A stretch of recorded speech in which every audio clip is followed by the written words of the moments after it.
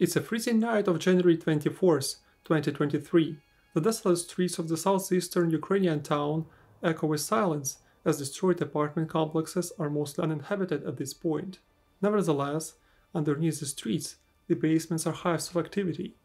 The operators of the Ukrainian night vision drones see in real time how hundreds of Russian armored vehicles back up into the neighboring town of Mykilske. For a few hours after that, there is no movement, no artillery or airstrikes, only silence before the storm as the Russian armed forces are about to launch their long-awaited winter offensive. Their objective is the key town of Vuhledar. Today, we want to thank the sponsor of this video, Private Internet Access. Whenever you connect to the internet on a public Wi-Fi network, at airports, coffee shops, friends' houses, or even at your own home, your data is at risk of being stolen. Private Internet Access helps protect it by encrypting your internet connection and hiding your IP address. Plus, Private Internet Access helps you with regional-based content restrictions by giving you the option to change your IP address to one of the 91 countries, including all 50 US states. This allows you to access websites and services that are only available in those locations. Whenever doing research for our videos, we often face such regional restrictions, so using a VPN is a necessity. For example, when we worked on the video about the Black Sea Fleet, we discovered that many web pages with official information couldn't be accessed from Western Europe or United States. However, Private Internet Access allows us to change the region in a few clicks to Kazakhstan, giving us full access to the materials of interest. Or take streaming services as an example. Using them without VPN is like paying for a book but only getting a pamphlet to read. Netflix, Amazon Prime, Disney Plus, and more have different library options based on where you're located.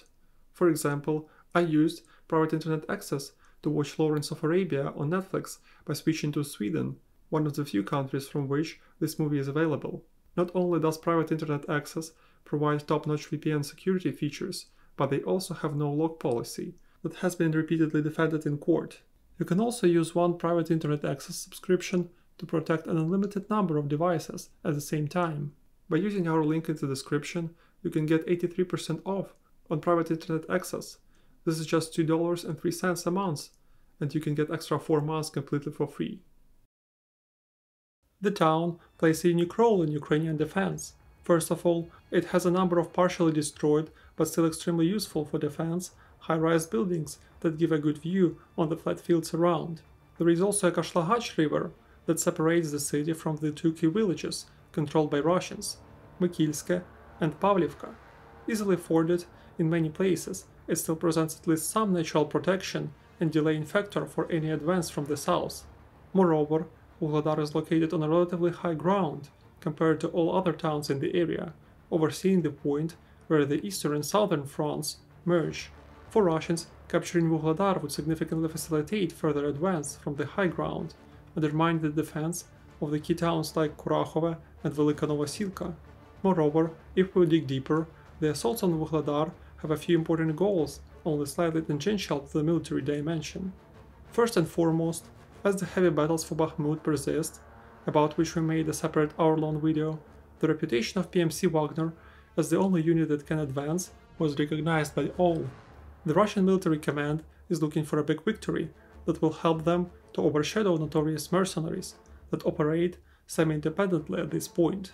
This is why, to seal the fate of Vuhledar, Russians deployed the fresh 155th and 40th Marine Brigades, backed up by former DPR's 7th Cascade Battalion, 123rd Motor Rifle Regiment, 72nd and 136th Motor Rifle Brigades, as well as PMC Patriot and PMC Redoute mercenaries. These forces, numbering around 20,000 men, are estimated to be sufficient to take the town according to commander of the operation, Rustam Muradov. Vuhledar is defended by the veterans of the battle for Kiev, specifically the 72nd Mechanized Brigade, 2 battalions of which add up roughly to 1,500 men. However, they are thinly spread across numerous tree lines, so in reality, the city itself is defended by a few hundred soldiers. The Russian Marines hold a personal vendetta against this brigade, as it was the 72nd that inflicted a humiliating defeat on them in the early months of war, in the battle for the capital. 23rd Separate Rifle Battalion, National Guard Omega Unit, Kostos-Kalinovsky Regiment, as well as the 68th Yagor Brigade, the bulk of which, however, is quite far away, support the Vuhledar flanks. Disadvantaged numerically, Ukrainians do not expect further reinforcements, as preparations for the summer counteroffensive and ongoing battle for Bakhmut tie down almost the entirety of Ukrainian battle-ready units. Coming back to January 24th, as sun rises, a dense fog blankets the area around Vuhledar. Suddenly, the morning silence is shattered as Russians launch a preliminary artillery bombardment on the town. At the same time, Ukrainian drone operators descend below the fog and find dozens of armored vehicles that are converging on the city. Russians strike from Mykilske with columns of armored vehicles, as well as launch an auxiliary attack from Pavlivka, mostly with infantry. Stunned by the amount of force thrown at them, Ukrainians, nevertheless, quickly start striking back. Tanks, ATGMs and artillery inflict first losses on Russian columns right away, but are unable to take out everything, so under the brutal onslaught, Ukrainian infantry in forward trenches starts falling back. The Russian armored fist reaches its first objective, the so-called Lower Dachi suburban area, with small private houses, which was in the grey zone for a while. There, positions are easily taken as Russian Marines, driven by initial success, amass in the area for the next thrust, this time to the north. Without losing momentum, Russian columns with infantry reach eastern Dachi, another piece of the suburban area, just across the road from Vuhledar. The close quarters combat here rages for each house, but even the fact that Russians are present so close to the city throws the situation out of balance. For now, Marines have managed to utilize an enormous advantage in armored vehicles and men, first to suppress Ukrainians and then capture positions on the outskirts of the city. BMPs and tanks that brought Russians to the position leave to deliver more reinforcements, while Marines continue to infiltrate houses in groups of various sizes. By January 25th, they likely receive reinforcements and continue to advance north, with aviation support reaching as far as Guest Station by the 26th. On January 27th, they push Ukrainians out of the area completely, waiting for the next orders. And here, the first problems begin. The Ukrainian artillery zeroed in on the routes through which the Marines in eastern Dachas get supplies and reinforcements. The ATGMs also become a big problem, as Ukrainians efficiently use them from the rooftops. Essentially, the delay in action by Ukrainian troops in eastern Dachas that gave an extra few days to the city defenders allowed the Ukrainian 72nd Brigade to prepare for the next adversary moves. Now, Russian columns that try to deliver more men and equipment are destroyed once they leave the towns, and even behind the enemy lines. The destroyed vehicles pile up on the key intersections between Mykilske and Vuhledar. The Russian Marines find themselves cut out from friendly forces. Rustam Muradov, commander of the Grouping of Forces East, and Sohrab Ahmedov, commander of the 155th Marine Brigade, however, decide to stick to the same tactic as with the assaults of Pavlivka. There, in November 2022, the 155th Marine Brigade lost around half of all their armored vehicles and 300 men as killed in the course of just 4 days after Muradov and Ahmedov threw it through open fields on prepared Ukrainian positions. Now they decide to do the same thing, sending all Marines who took foothold in small buildings near Vuhledar into direct assault on high-rise buildings. In the course of the next few days, Ukrainians strike Russian infantry groups from every window and rooftop, foiling their attempt to take a foothold inside the city. The Marines pull back behind the road, pinned down under relentless artillery fire in eastern Dachas, without the chance of getting supplies or being evacuated. To the west, Russians tried to launch an attack through Prachistevka village to fall on the western flank of the city, but even though Ukrainians there were pressed to the river, the 68th Yager Brigade inflicts a sharp check on Russians, holding off positions and derailing the dire attempt to save the situation near Vuhledar. On January 28th, Ukrainians finally finish gathering the reserves behind the town and launch a counterattack from the coal mine area, driving Russians back to their initial positions and securing the eastern Dacha area. By January 31st, Russians conduct one more attempt of direct assault on Vuhledar, but quickly foil it, as all the roads to the town are under Ukrainian fire control. Seeing that while losses mount, the widely advertised winter offensive on the tiny town was a complete failure, the Russian command decides to try to make a wide flanking maneuver to cut Vuhledar from supplies instead of storming it head-on. Russians again gather columns of armor in the area of Pavlivka, this time out of the 72nd Motor Rifle Brigade. and attached to it Alga Volunteer Battalion. 36th Motor Rifle Brigade arrives on the eastern flank to attack in the same manner. What will turn this rational from the first glance operation into one of the worst Russian battlefield disasters is a lack of reconnaissance. This task of outermost importance was likely delegated to the servicemen of the 14th GRU Spetsnaz Brigade. However, on the night of February 3rd, the artillery of the Ukrainian 72nd Mechanized Brigade hit the headquarters of the 14th Brigade, killing several officers, including the brigade commander, Colonel Sergei Polyakov. This was likely a reason why extensive mining to the west and east of Vuhledar was completely overlooked by Russians in the planning stage. On the early morning of February 6th, the plan is put into motion as Russian 72nd and 36th Motor Rifle Brigades surge forward. Around 10 BMPs and 6 tanks are arranged in the first column, with additional infantry on top of them. The soldiers are told that the path forward was cleared by Ur-77 remote demining vehicle. Ukrainians are suppressed by artillery, and essentially, all they have to do is to take the tree line by dropping the infantry from IFVs and tanks. Without realizing their peril, Alga Battalion surges forward in the morning.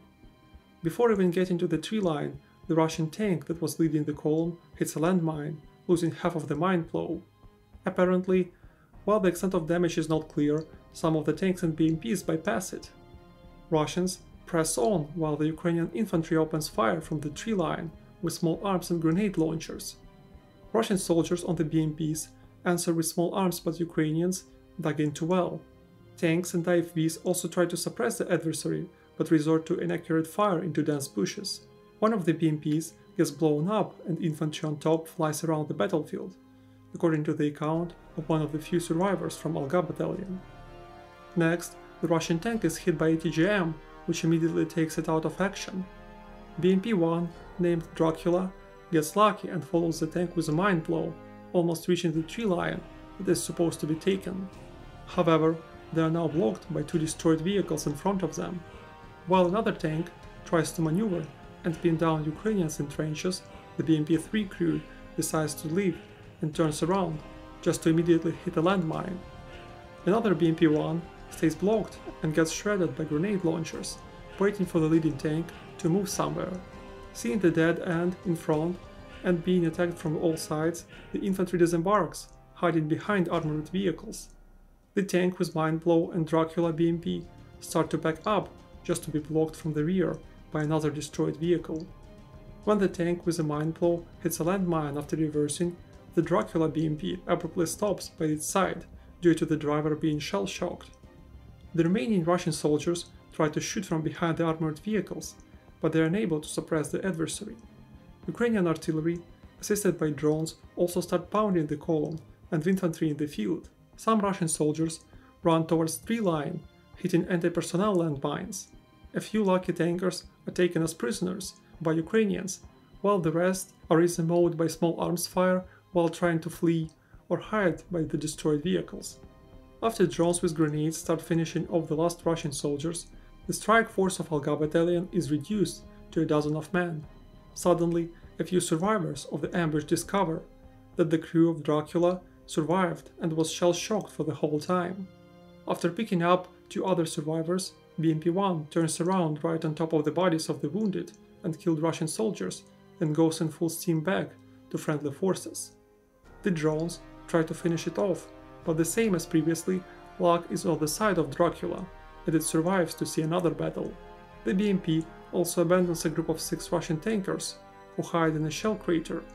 After Dracula left, the Ukrainian drone drops a grenade. After the explosion, 2 of the least wounded tankers crawl away. By accounts of the Russian soldiers who have managed to escape, only in this attack, the Alga Battalion lost at least 30 people as killed in action, and pretty much everyone who survived as heavily wounded. On that day, 18 Ukrainian soldiers of the 52nd Separate Rifle Battalion held the defense in that tree line, losing no people in engagement and stopping Russian mechanized assault due to skillful mining of perimeter and personal courage in the face of superior enemy. The immediate response of the Russian command to the disaster of February 6th was to press on, sending more columns that meet the same fate, even though Russian artillery and drones ramp up activity to hunt down Ukrainian assets. Things are not much different on the eastern flank of advance. There, the Russian 36th Motor Rifle Brigade also runs into the minefield and is hammered by artillery fire, losing 6 tanks and 3 BMPs just in one specific spot. The parallel tree lines look alike, as in total, the attempts to advance in the coal mine area leave dozens of armored vehicles destroyed, as few survivors of the 36th Motor Rifle Brigade retreat in disarray. On February 7th and 8th, pretty much the whole Russian 72nd Motor Rifle Brigade is massacred this way, following the fate of the 155th and 40th Marine Brigades. Ukrainians use artillery munitions that deploy landmines to replace those removed in the areas that Russians deemed safe, and disaster repeated all over again. A total of around 50 tanks and armored vehicles were lost according to the footage in 2 weeks. Once Russians face a shortage of equipment, they continue sending not only columns, but even a single BMPs and tanks on the minefields and under artillery strikes. Such assaults die out by the end of the month, as 3 Russian brigades were completely annihilated equipment and man-wise. The total losses of over a month of campaign are likely thousands of men and over 130 pieces of equipment, which at some point Ukrainian artillery started destroying even before it left Mykilske and Pavlivka. In battles, the 155th Marine Brigade lost its battalion commander, Major Anton Balagansky. Some evidence also suggests that prior to the battle, the brigade was replenished in a questionable manner, as among those killed in action there are many former sailors and even a captain of the second rank of a submarine. On February 9th, Russians lose either Mi-24 or Mi-35 in the vicinity of Vuhledar. This search and rescue team arrives at the spot, but since the helicopter crash site was pounded by artillery, it's unlikely that they have managed to save pilots. Overall, Russians used their helicopters extensively during the offensive, employing even quite rare high-precision LMUR missiles. Together with other modern Russian weapons, such as Lancet loitering munitions, Krasnopol laser-guided artillery shells, and 9M542 guided missiles for Tornado S MLRS, these were insufficient to soften up Ukrainian positions before and during the attack. The reason is simple: Russians were unable to produce them in needed quantities. However, the obvious concentration of high-precision weapons on the specific part of the front line still indicates how important for Russians was to succeed near Vuhledar. Of course, the outcomes of the key winter offensive on the southern front forced Russian leadership to take certain actions towards architects of military catastrophe. In the act that left many astonished, Vladimir Putin solemnly promotes Rustam Muradov to the rank of Colonel General on February 17th. Sohrab Akhmedov, commander of the 155th Marine Brigade, by June 2023 is promoted to Major General and given command of the whole 20th Combined Arms Army. The Battle of Vuhledar, which spanned for around a month, is often regarded as the largest tank battle in the war so far, due to abysmal number of vehicles used by Russians and equally staggering losses. However, we tend to disagree with this title, as with the exception of number of ambushes, the destruction of Russian columns was one-sided. This means that active use of drone reconnaissance, terrain advantage, anti-tank measures, and mining enabled the Ukrainians to succeed without facing significant retaliation. Initial Russian gains were nullified by precise Ukrainian artillery strikes and strategic counterattacks, exploiting vulnerabilities in Russian supply lines. The repeated failures of the Russian command to adapt resulted in significant attrition, with the 155th, 40th Marine, and 72nd Motor Rifle Brigades suffering heavy losses and holding on to their positions only because Ukrainians were short on reserves and decided not to launch their own offensive. And once again, thanks to Private Internet Access for sponsoring this video. You can take advantage of the special offer by visiting the link in the description or in the pinned comment.